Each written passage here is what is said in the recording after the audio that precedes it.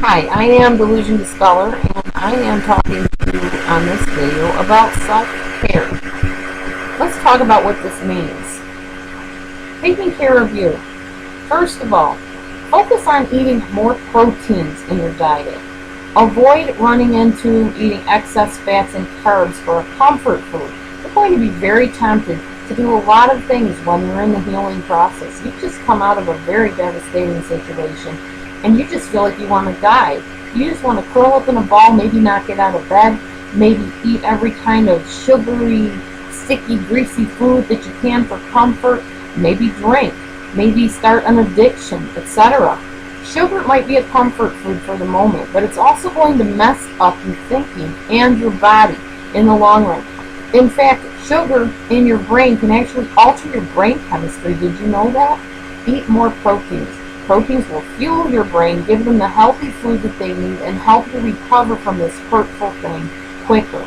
Take a multivitamin, take your fish oil, your omega-3s, folic acid, and be sure that you are not depleting the important minerals in your diet. Always check with your doctor as to what's right for you in the medications and the supplements that you take, but make sure you're doing what's right for you and for your body and for your mind's best ultimate function.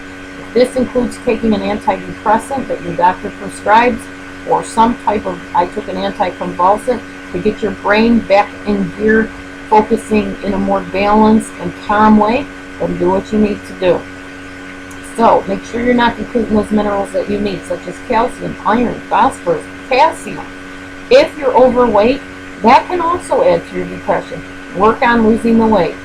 I'm still working at it myself. You can see I still got the chin. I'm still working on that.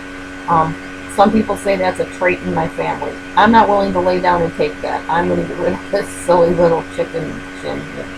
So I hope you'll work on your weight and your body image and also your health. The next thing is, take a spiritual time out. Take time to pray, meditate, relax, rest. Something to regroup, something to rejuvenate yourself.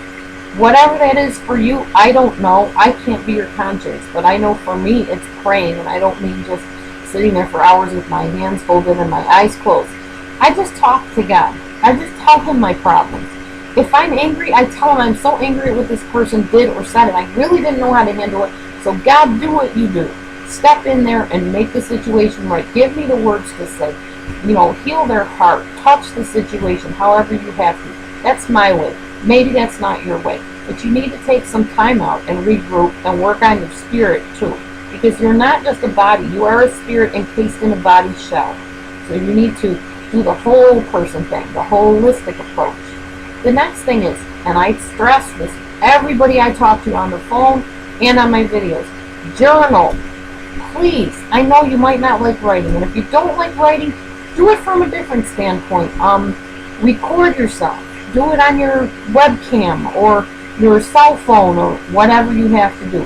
Find some way to get out those feelings, to take those things from the inside and put them out, because there's something so cathartic, so refreshing, and so healing about seeing that on paper or hearing that in your ear. This is what happened to me, and this is what they did, and this is how I feel, and that's how I handled it, this is how I want to handle it, and this is what I'm going to do about it. You need to hear that. You need to work through those feelings.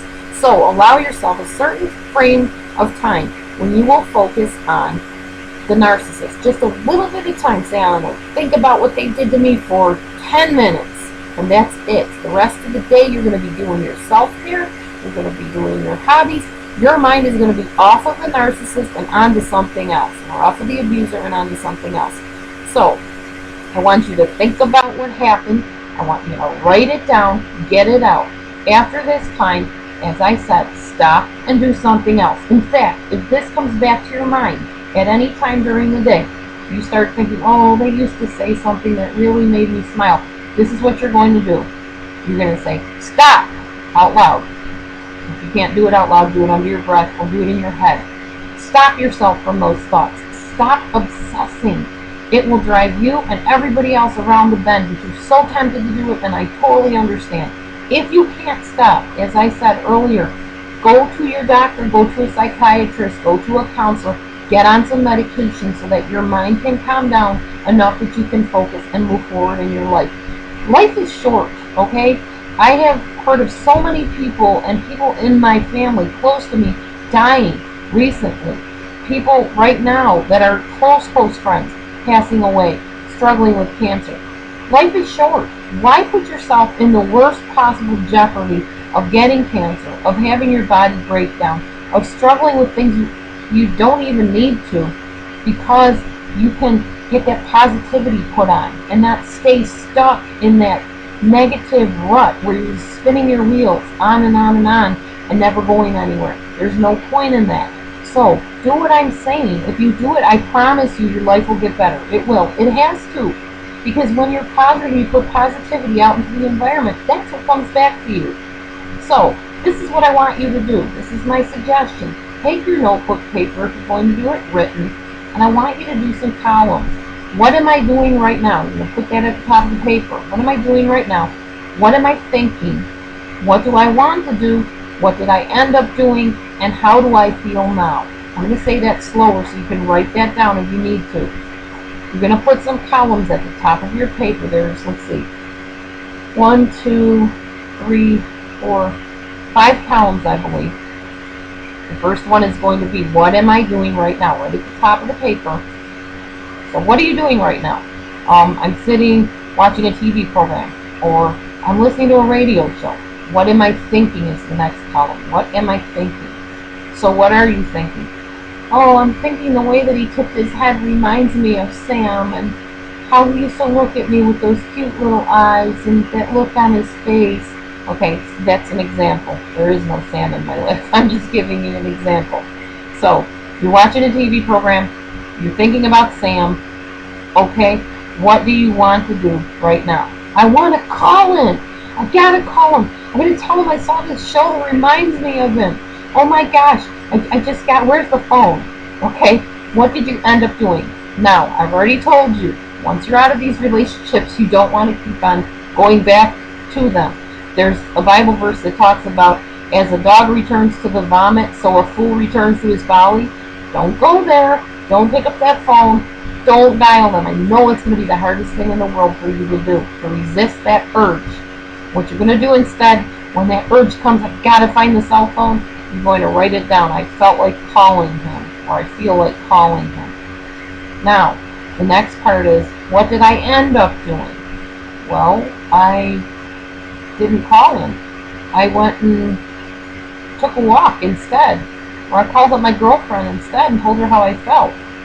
How do you feel now is the last column. You're going to write down. And chances are you're going to feel pretty good if you succeeded at those other steps.